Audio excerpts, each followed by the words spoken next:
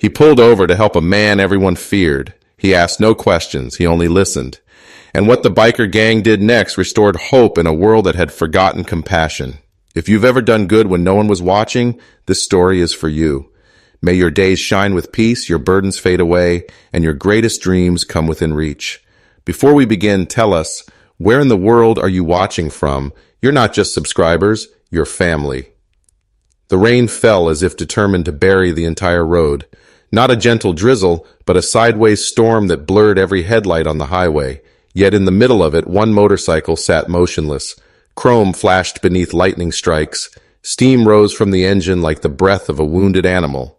Beside it crouched a tall man in a leather jacket, head bowed beneath his helmet. He wasn't fixing the bike. He was crying. Most drivers rushed past. A few slowed, curious. None stopped, except for one. An old Toyota pickup pulled up behind the Harley, its wipers screeching like a weary heartbeat. Out stepped a man in a drenched gray hoodie, worn jeans, and mud-stained boots. Lean, perhaps late 30s, with tired eyes that carried more weight than his years. No phone, no toolbox, no umbrella, just a quiet steadiness. His name was Jack Mercer, single father, part-time mechanic, full-time survivor. He walked forward slowly, careful not to startle the biker. "Need a hand?" he asked softly, the way only someone who had known pain could. The biker didn't look up right away.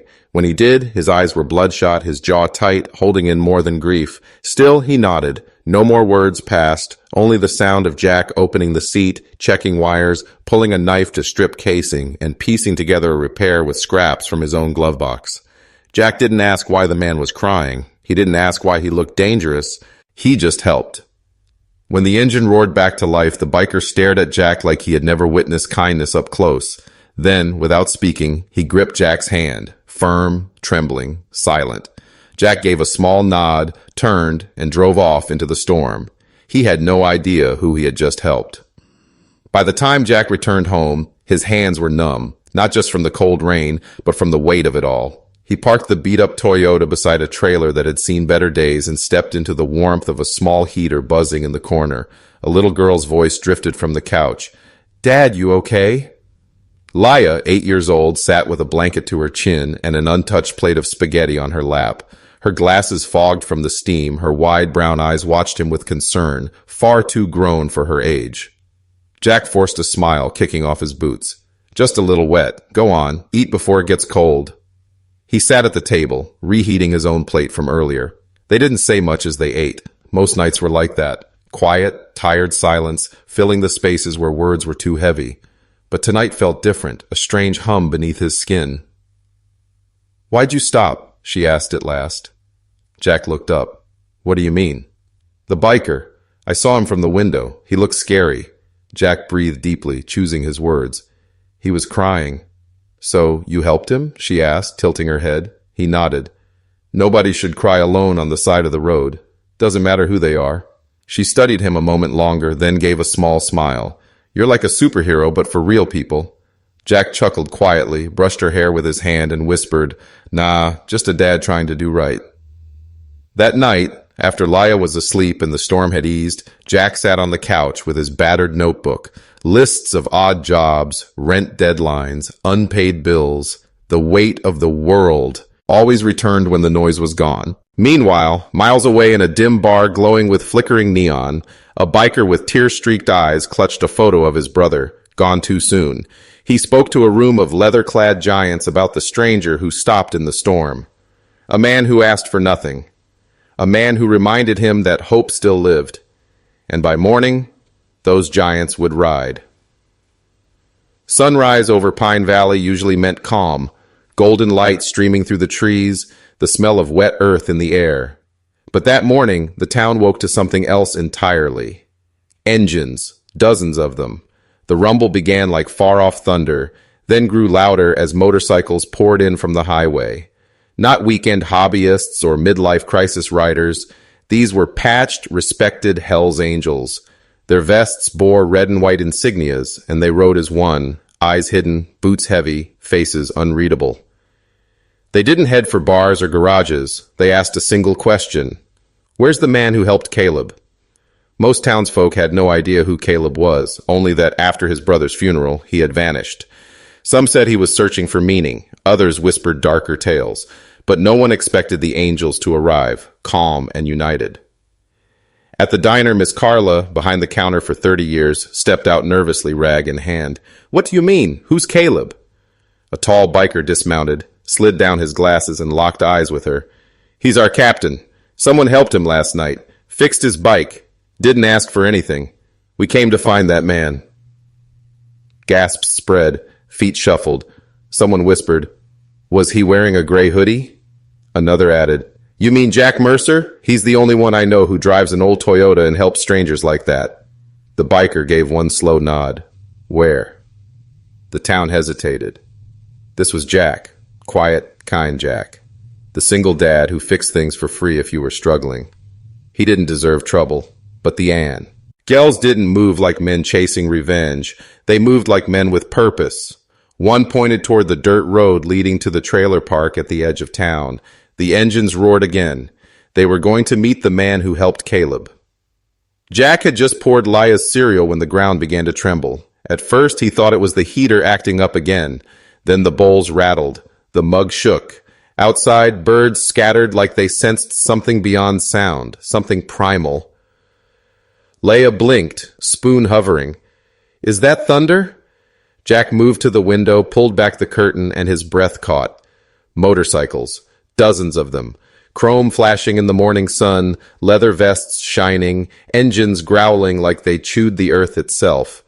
They rolled in slowly, not wild, not chaotic, but steady, purposeful, respectful. Jack's first instinct was to step outside, shield Leia, face this head on. He opened the door just as the first rider dismounted and lifted his helmet. It was Caleb, the man from last night. But now the tears were gone. His face was calm, steady. Behind him stood over 30 bikers, all silent, all watching. Caleb approached, stopped a step away, and extended his hand. "I didn't get to say thank you." Jack blinked, heart pounding. "You didn't have to. You just looked like you needed someone." Caleb nodded once. "That's the... I didn't expect anyone to stop," Caleb said, "especially not someone who didn't even know who I was." A pause lingered between them, heavy, yet not hostile. Leia peeked out from behind her father, clutching the door frame. One of the bikers noticed her and offered the faintest smile, not mocking, not cruel, just soft acknowledgement. Caleb's voice lowered. "My brother died 2 nights ago. I was trying to ride to the lake we always went to. The bike gave out. I broke down. You fixed it. But more than that, you reminded me that not everyone turns away from a broken man." Jack swallowed hard. "Can we come in?" Caleb asked. "Not to intrude, just to honor something." Jack didn't understand what he meant, but he stepped aside. The trailer was small. 2 rooms, 1 kitchen, barely enough for him and Leia, much less a pack of bikers. Yet when Caleb entered, the others stayed respectfully outside. A few leaned against their bikes. One removed his jacket and folded it neatly on the hood of Jack's Toyota, like an offering. Inside, the air grew still. Jack stood by the sink, unsure what to do with his hands. Leia perched at the edge of the couch, knees drawn tight. She looked up at the leather-clad giant and whispered, "You ride with angels?" Caleb's gaze softened. "Hell's angels? Yeah, but not the kind with halos. Just brothers who watch out for each other." She smiled faintly. "You look like someone who needed a hug more than anything else." The words disarmed him more than he expected. He drew in a long breath, then placed a small photograph on the table. 2 boys on a motorcycle years ago, laughing, young, alive. "My brother saved me from a lot of dark places when we were kids," Caleb murmured. "When he died, I didn't know where to go. That lake, it was our place. I was riding there when everything hit me." Jack listened with arms crossed, the stance of a man guarding his own pain but still open to someone else's. "I thought maybe the road would swallow me up," Caleb admitted. "I never expected anyone to stop." Jack's voice was quit. Sometimes the right people do, even without knowing it." Caleb nodded, eyes damp. "I told the boys we had to come back. Not to frighten you, but to repay something." Outside, the bikers stood in a silent circle around the yard. And in that silence, Jack heard words that would change everything. "We don't forget kindness. Ever. And we're not leaving until we give something back." News traveled fast through Pine Valley. By noon, half the town had heard whispers about the Hells Angels at Jack Mercer's trailer. Some locked their doors, others peeked out from porches. A few even called the sheriff, not out of fear of violence, but because no one understood it. Sheriff Ray Tomlinson knew Jack. They'd gone to high school together, lives diverging but respect intact. Jack was a quiet man, the kind who fixed broken heaters in the winter and never charged if he knew your paycheck was late. Ray pulled up slow, hand near his holster. He expected chaos. Instead, he found bikers standing silently, arms crossed, some even picking up windblown trash from Jack's driveway. One offered him coffee. Another greeted him with a solemn nod. Inside, Jack and Caleb were still talking. "I don't want trouble," Jack said firmly. "Not for me, not for my daughter." Caleb met his eyes. "Neither do we. We came to honor, not to frighten." From his vest, he pulled a patch. Not just any patch, but red and white, its edges frayed with age. "This was my brother's," Caleb explained. "Years ago, when someone helped him, he gave this patch in thanks. Not everyone earns it. You did?" Jack looked at it as though it weighed 1,000 pounds. "I'm not one of you." Caleb gave a single nod. "That's the point. You didn't have to be." Outside, Sheriff Ray approached. Jack stepped out to meet him halfway. "Everything all right here?" Ray asked carefully, eyeing the bikers. Jack offered a faint smile. "Believe it or not, they're here to say thank you." Ray lifted a brow. "You always did find trouble in unusual places." "This time," Jack said, "trouble found me, and chose not to bite."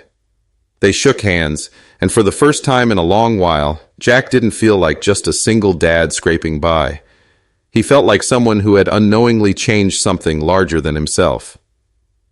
By mid-afternoon, the bikers had moved their gathering, not to a bar, not to a clubhouse, but to the lot behind the town's small white church. At first, Pastor Helen didn't know what to make of the sight. From her office window, she counted no fewer than 35 motorcycles parked in orderly rows beneath the bell tower. These men weren't rowdy. They weren't drinking. They were talking quietly, reverently. Then Caleb knocked. "Ma'am," he said, removing his sunglasses, "would you allow us a small service here? Just a few words from my brother." He spoke without ceremony. She looked up at him, cautious. "I hope you understand. I've never hosted bikers in this church before." Caleb nodded. "I get it, but the man who reminded me of Grace lives in your town, and this is the only place I could think of to say goodbye properly." She studied him. Behind the tattoos and leather was grief. Real grief. She opened the door wide. The bell rang once. Within 10 minutes, every pew was filled. Jackets were set aside. Bikers sat quietly in rows, heads bowed. No shouting, no bravado, only remembrance. Jack and Leia slipped into a seat near the back. She clutched his hand, eyes wide. "Are we allowed here?" she whispered. Jack gave her hand a squeeze. "He invited us." Caleb stepped up to the altar. He stood silent for a long time before speaking. Then he told the story of brotherhood lost and of a stranger who fixed more than just a bike. When he finished, he placed the photo on the altar and lit a single candle. No one clapped, no one cheered, but everyone felt something, even Pastor Helen, who later said, "I witnessed more honest sorrow that day from those men than in 100 polite funerals." When the final word was spoken, the angels rose one by one and stepped back into the daylight. But their story with Jack wasn't finished. That evening, after the church had emptied, Jack thought life might return to normal, or at least quiet down. But as he stepped into his yard, Caleb was waiting. "Walk with me." They strolled down a dirt path at the edge of the trailer park. The air carried the scent of pine and old rain. For a while, neither spoke. Then Caleb stopped, leaned against a tree, and lit a cigarette. "I run a garage downstate, couple hours. From here, it's mostly bikes," he said. "But we handle all kinds of builds, custom jobs, restorations, the whole spectrum." Jack nodded with polite interest. "I've got 5 full-time mechanics," Caleb went on. "Only 2 are worth half their pay. One's about to retire, the other just quit." He tapped ash onto the dirt. "I need someone who can fix without a manual, someone who sees engines the way a sculptor sees marble." Jack let out a laugh and shook his head. That's not me. Caleb turned toward him. You patched my bike in the dark, in the rain, with nothing but glove box tools. It ran better afterward than before it died. I'm a single dad, Jack said. I can't pick up and go. My kid's in school. My life is here. Caleb considered that, then nodded. Then don't move. I'll build you a shop here.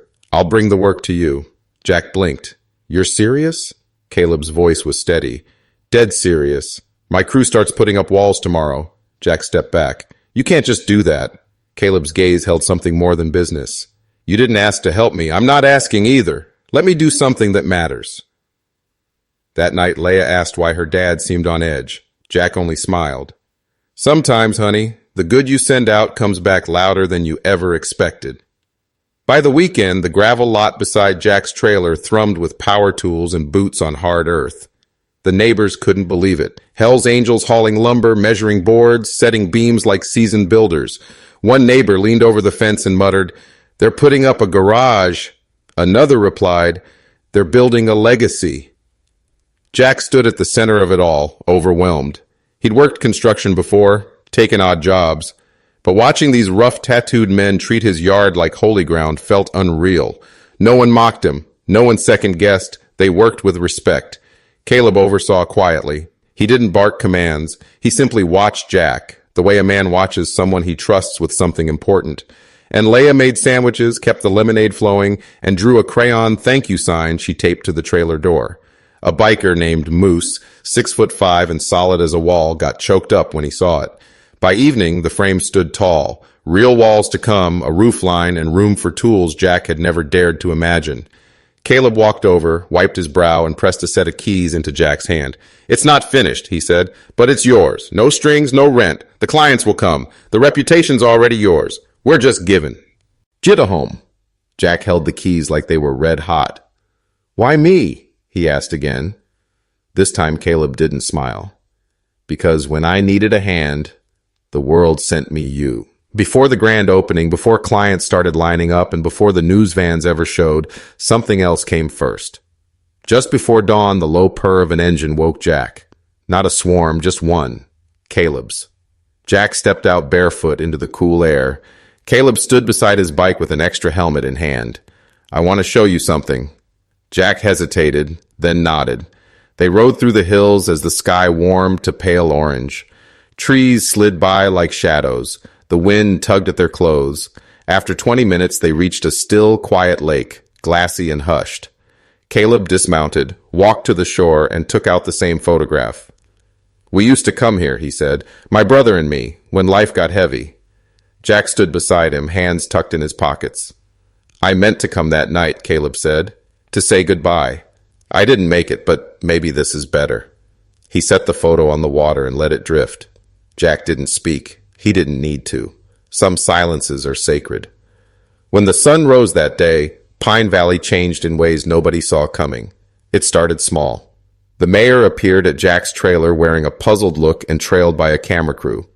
"Word is," she said, "you've got Hell's Angels doing community service on your front lawn." Jack leveled her a look. They're not here for the cameras, but the story had already spread, carried not by gossip, but by reverence. Single dad helps a crying biker, doesn't know he's the Hell's Angels captain. That line, murmured in diners and at gas pumps, held more force than any headline. Then the reporters arrived. They hovered at the edge of the lot, snapping long lens photos. One tried to step in, mic outstretched, but Moose stopped him gently and firmly. "No interviews," he rumbled, voice like thunder rolling. "This isn't about publicity. It's about honoring someone who didn't ask for anything." The reporter backed off. For once there was no angle to twist. The truth was enough. Meanwhile, Jack's phone lit up. Dozens of calls. Some offered parts, others offered work. One man wanted to fund Leia's college. Another, an ex-biker turned philanthropist, offered to send Jack to a tech institute. Jack declined. "I've got what I need," he said. A roof, a wrench, a chance. He wasn't chasing fame. He wanted something purer, dignity, quiet steadiness, a way to build a life his daughter could be proud of. That evening, Leia asked if they were famous now. Jack knelt and smiled. "We're not famous, sweetheart. We're seen. There's a difference." Under that soft golden evening, for the first time in years, Jack wasn't the man people pitied, ignored, or passed by. He was the man who had unknowingly restored something sacred in the broken-hearted. He had no idea how far the ripples would reach. 3 days after the walls went up, Jack heard engines again. This time it wasn't for building, it was for ceremony. The bikes rolled in before noon. 30 men again, Caleb at the front, but they weren't carrying hammers or lumber. They bore a tarp-covered shape, long and weighty. Carefully, they wheeled it into the garage, set it square on the polished concrete, and stepped back. "Uncover it," Caleb said. Jack hesitated, then pulled the tarp away. A custom chopper, matte black body, silver accents, hand-etched flames. Gorgeous. But the tank is what stopped him. Airbrushed in fine detail, a father holding his little girl's hand beneath a storm-streaked sky. In the distance, a chrome bike riding toward the horizon. Underneath, "Fixing more than machines." Jack couldn't see it. Peak. Moose cleared his throat and stepped forward. "It's yours. We built it out of parts from our own rides. You don't owe us a thing." "But I didn't. I only fixed your—" Jack began. Caleb cut in. "No. You showed up when no one else did. You gave us more than a repair. You reminded us who we are." Jack touched the edge of the tank with trembling fingers. "I can't take this." "You can," Moose said. "And you will." Leia slipped in close, eyes on the artwork. "That's us," she whispered. "That's me and Dad." Jack looked at her, and something inside him gave way. He wasn't just a man scraping by anymore. He was part of something. Loud, fierce, and fiercely loyal. Caleb set the keys in his palm. "Write it when you need to remember," he said. "You're family now." They called it the Brotherhood Run. No flyers, no posts. Just an afternoon when men who had ridden through fire asked one man and his daughter to join them on back roads through Pine Valley, a place most folks hadn't seen with new eyes. Jack had never handled a chopper like this. Caleb offered to ride beside him and give pointers. Jack, humble as ever, just smiled. "Guess I'll learn as I go." And he did. As the engines tossed dust and gravel, Jack felt something new. Not exactly freedom, but release. The wind didn't merely touch his skin. It stripped away layers of worry, fear, and not enoughness. Each twist of the throttle rewrote a page of doubt. Leia rode with Moose in a sidecar, helmet a little too big, cheeks ballooned with laughter. "Faster!" she cried, and Moose laughed like a mountain splitting in two. They wound through valleys and along the edges of old logging roads. And the route carried them past remnants of what used to be, abandoned mills, forgotten shacks, places where broken men once hid. Today they rode not to escape, but to remember how far they'd come. At a hilltop clearing they stopped, engines stilled, wind paused. Caleb spoke. "My brother and I ran this route once, long ago. He told me, ride with people who remind you who you are. I didn't get it then. I do now." Jack stood among them, no longer an outsider. He belonged, not because of leather or chrome, but because of decency. Quiet, everyday decency. That night, as they rode home through the amber dusk, the engine's chorus felt like an anthem. Jack knew it wasn't about motorcycles. It was about becoming whole again. Newspapers rarely tell it straight, rarer still with heart. But a week after the garage opened, the Pine Valley Gazette put the story on the front page. A stranger in the storm. The single dad who fixed more than an engine. It wasn't about gangs or rumors. It was about community. It told Jack's story without embellishment. A single father working nights, raising a daughter who stopped in the rain because it was right. It told the truth about the biker, a grieving man who found a reason to keep going. It told the truth about redemption. Sometimes it rides a Harley. It ended with a quote from Leia. "He's always been a hero. People just see it now." The town began to change. People who once looked away now waved when Jack drove by. Work trickled in. Not charity, but honest jobs. Radiators, chainsaws, old bikes in need of care. Jack took each one the same way, carefully, quietly, with his daughter handing him tools. And Caleb still came around, less often, but never far, always checking in, always watching Jack's back. The angels didn't vanish either. People just saw them differently. From then on, when one rolled into town, nobody flinched. They nodded. They remembered.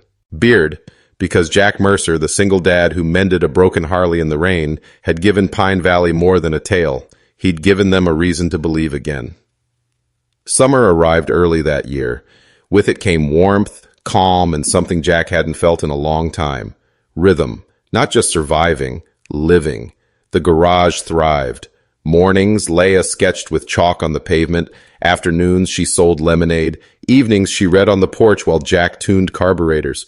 One afternoon, Leia ran up with a bundle of envelopes. Mail came early, she beamed.